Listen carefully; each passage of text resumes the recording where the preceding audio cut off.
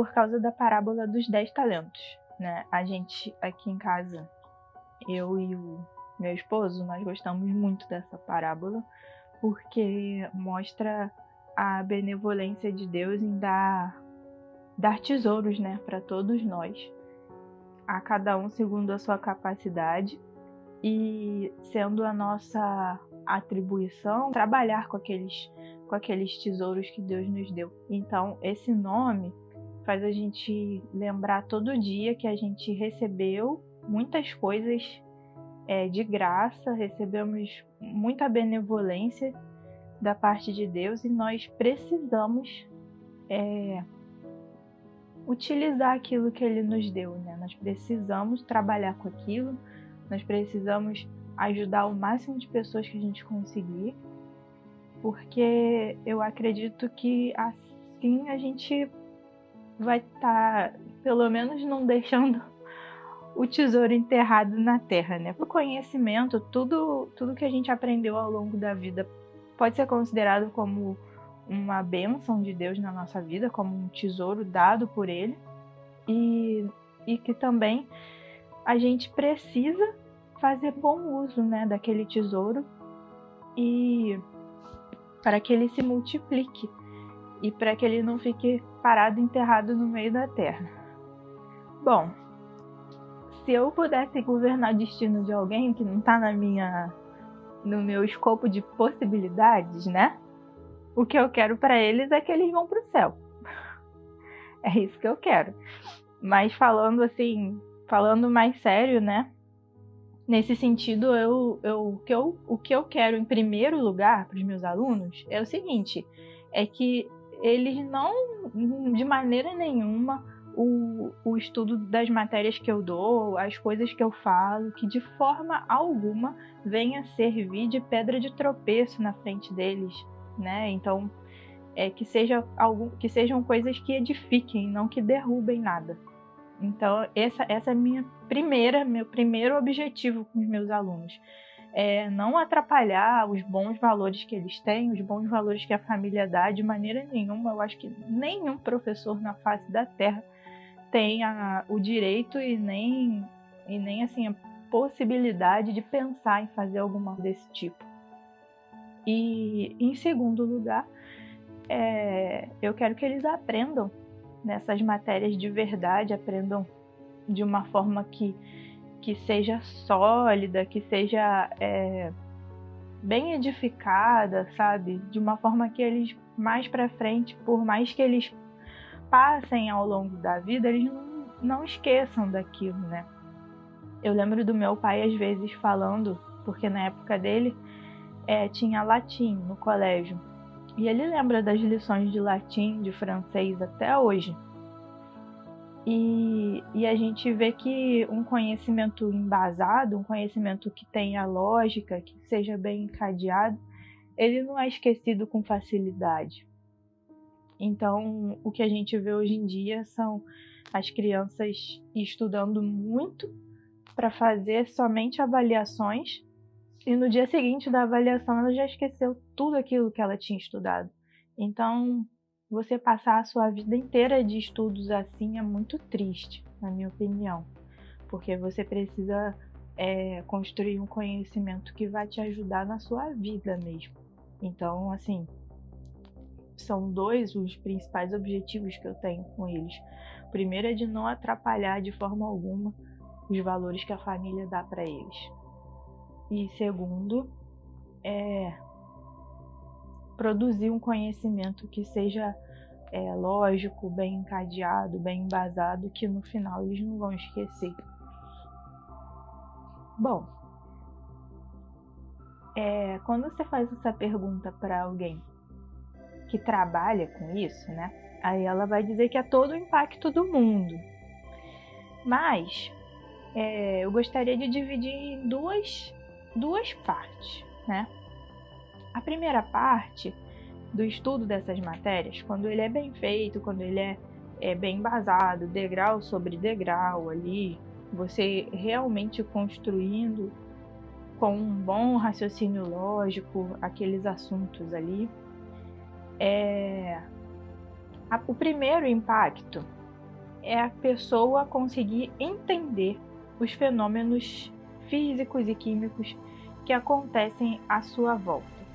Então, ela consegue enxergar de outra maneira para o mundo, ela consegue às vezes se situar melhor e também consegue, muitas vezes em certas situações, ela aplica, né, aqueles conhecimentos e consegue resolver algum problema. Também tem a questão dela entender que o mundo foi feito com ordem e propósito. E quando a gente olha para essas coisas, a gente começa a ver a mente, a beleza de Deus refletida na sua criação. E isso é uma coisa muito, muito boa para a nossa formação, sabe? Então, isso é para aquelas pessoas que não vão usar física e química nunca na sua vida, né? O aprendizado de pontos fundamentais, o aprendizado de alguns princípios básicos, mas que seja bem feito, que seja bem embasado, que seja aplicado ali no dia a dia dela, que ela consiga enxergar realmente os fenômenos acontecendo, tal como as pessoas que acabaram formulando, né, aquelas leis ou descobrindo as leis da natureza, tal como elas fizeram, aquilo ali traz uma segurança no mundo material para a pessoa, né? Traz uma, talvez ela fica bem plantada na realidade. E em segundo lugar, quando você consegue aprender essas mesmas coisas, né? Às vezes aprofundar um lado ou outro um pouquinho e produzir algum equipamento, produzir alguma tecnologia, produzir algum remédio, enfim, você está ajudando outras pessoas. Porque a gente também precisa entender que todo o conforto que nós temos hoje em dia, ele não apareceu do nada. Ele foi fruto de muito esforço ao longo de muito tempo. Então, as crianças saberem disso, saberem que elas têm uma herança de conhecimento, uma herança que foi fruto do trabalho de várias pessoas, né? Ajuda que elas tenham assim uma visão melhor, né, de qual seria o papel delas ali naquele momento, que se elas tiverem vocação de trabalhar com isso, elas também vão querer trabalhar com afinco, vão querer aprender as coisas bem direitinho, para que possam, de uma certa forma, contribuir para o conforto das próximas gerações e às vezes do seu próprio, né? Então, existem esses dois benefícios, né? O primeiro é você entender a natureza, entender como as coisas funcionam, você conseguir se situar melhor na realidade aqui do mundo material. E o segundo é você conseguir ajudar as pessoas que estão à sua volta. E isso é bem gratificante, na minha opinião. Bom, eu resolvi fazer um evento mostrando um pouco de como eu gosto de ensinar essas matérias, de como eu acredito que elas devam ser ensinadas. E isso tudo é uma coisa muito difícil da gente explicar. Como que eu vou passar para todo mundo uma coisa que foi sedimentada assim ao longo de muito tempo, tanto estudando essas matérias quanto depois quando eu comecei a estudar para poder ensinar. Então, assim, eu resolvi usar uma história para poder ilustrar melhor as coisas que eu estou querendo dizer, as minhas convicções a respeito do ensino e do aprendizado da física e da química, né? Então, eu sempre pensei no estudo dessas matérias como uma aventura, e a minha, né, pelo menos a minha aventura preferida é essa daqui, do Hobbit.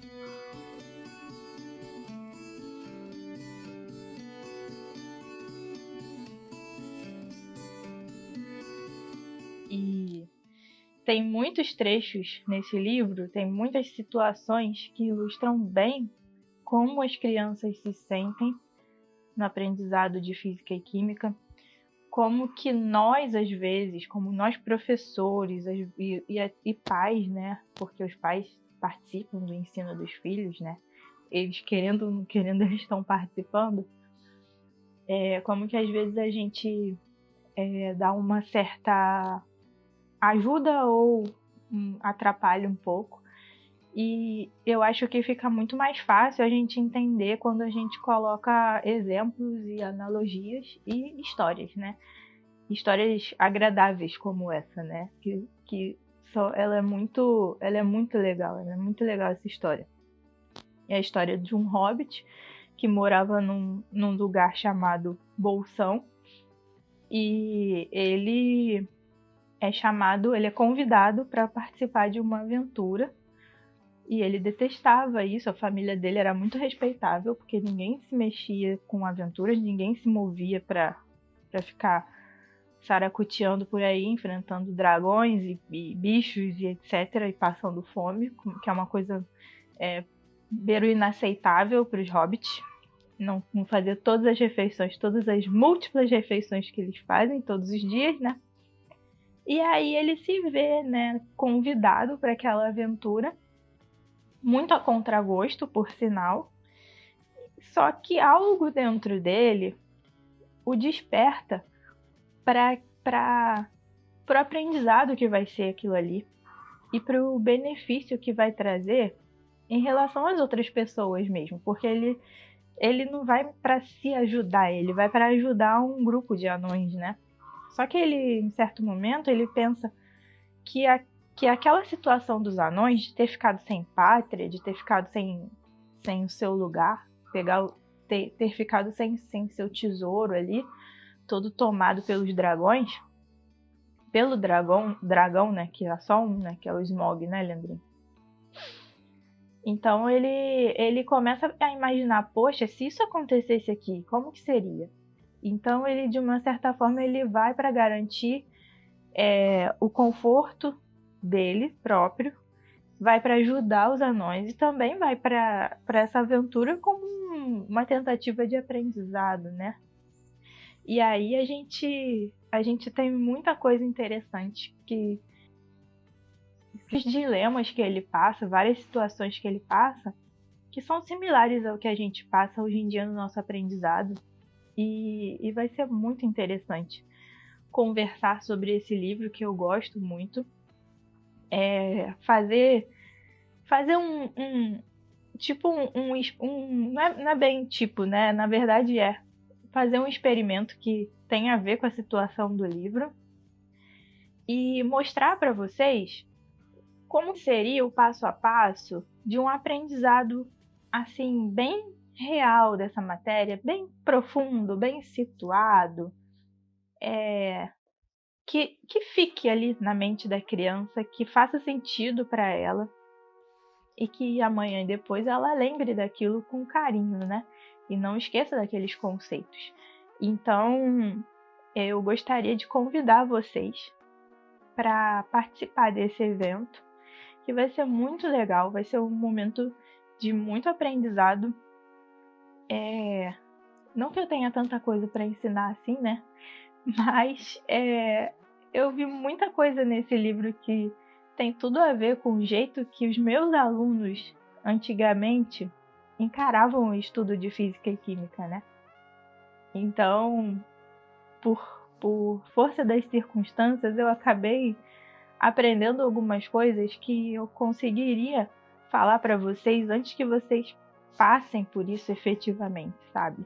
E aí, através de uma história, através de um modo assim mais ilustrativo, a gente consegue entender como que a gente faz para levar a criança resistente ao ensino, resistente ao aprendizado de certas coisas difíceis, precisam de um esforço, né, maior, até que elas consigam enxergar no final os frutos daquilo ali, né, os frutos daquele esforço para a vida dela e para a vida das outras pessoas também. Então, seria assim como se fosse um mapa, né? Não sei se vocês têm esse livro. No início tem o mapa dos anões, né? Aquele mapa que ilustra lá onde tá a montanha, onde que tá a passagem secreta e tudo mais. Então, o meu objetivo ao final desse evento é criar para vocês um mapa desse com mais ou menos o que deveria ali acontecer no aprendizado de física e química de vocês. Então, aguardo vocês lá e vai ser muito legal.